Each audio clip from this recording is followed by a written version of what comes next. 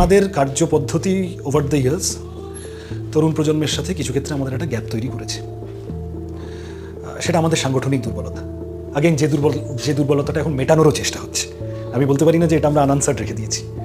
এটা কেবল কতগুলো তরুণ মুখকে তুলে আনার বিষয় নয়। কোন ভাষায় আমরা কথা বলবো, আমাদের কথা কতটা সহজ হবে, কতটা গ্রহণযোগ্য হবে, আমাদের বডি ল্যাঙ্গুয়েজ কী হবে, এগুলো তো ভীষণভাবে, যে কারণে আমি বললাম আমদানির ক্যাম্পেন থেকে অনেক কিছু শেখারও আছে আমাদের। তো সেটা আমাদের একটা সাংগঠনিক দুর্বলতা, যেটা আমরা লোকেট করেছি এবং আমরা সেটাকে মানে কি বলবো, শুধরানোর প্রক্রিয়ার মধ্যে আছি।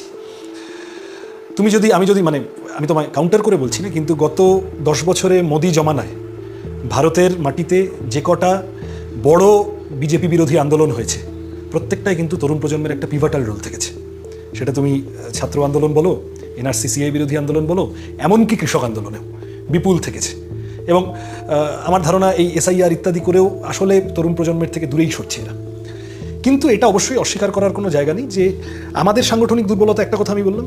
আর উল্টো দিকটাও তো সত্যি যে 91 পরবর্তী যে প্রজন্ম বড় হয়েছি আমরা, আমাদের স্বপ্ন দেখার পরিসরটা অনেক বড় করে দেওয়া হয়েছে। আমার ঢাকুরিয়া লেকে নিজের প্রেমিকার হাত ধরে বসে বাদাম ভাজা খাওয়ার ক্ষমতা আছে কি নেই, কিন্তু আমি সিনেমার পর্দায় গিয়ে দেখছি শাহরুখ এবং কাজল ম্যাডিসন স্কোয়ার গার্ডেনে প্রেম করছে। আমার বাস্তবতা হচ্ছে আমার আয় কমছে, আমার স্কুলের ফি বাড়ছে, কলেজের ফি বাড়ছে, আমার চাকরি নেই, আমার পেট্রোল ডিজেল রান্নার গ্যাসের দাম বাড়ছে। প্রত্যাশা এবং বাস্তবতার গ্যাপ বেড়ে যাওয়া, অ্যাসপিরেশন তৈরি হচ্ছে, সেই অ্যাসপিরেশন খুব দ্রুত মুখ থুবড়ে পড়ছে বলেই তো নরেন্দ্র মোদীরা আবার উঠে আসছেন যে আমি তাহলে এবার আমি সেই লোক যার হাত ধরে তোমার স্বপ্ন আকাঙ্ক্ষা সফল হবে।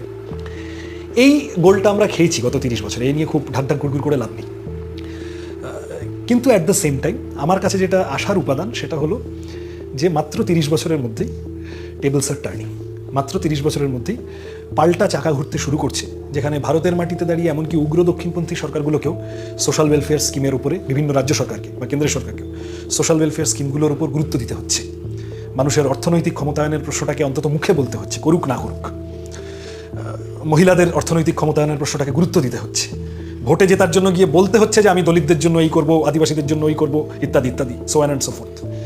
এবং আমি যে কথাটা একটু আগে বলছিলাম যে একটা ক্রাই তৈরি হচ্ছে, আকুতি তৈরি হচ্ছে যে নতুন কিছু দেখা যাক না, নতুন চেহারায় বামপন্থীরা এবার আমরা এই ভ্যাকুয়ামটা ফিল আপ করতে পারবো কিনা, সেটা আগামী দিনে আমাদের সেই পরীক্ষা দিতে হবে।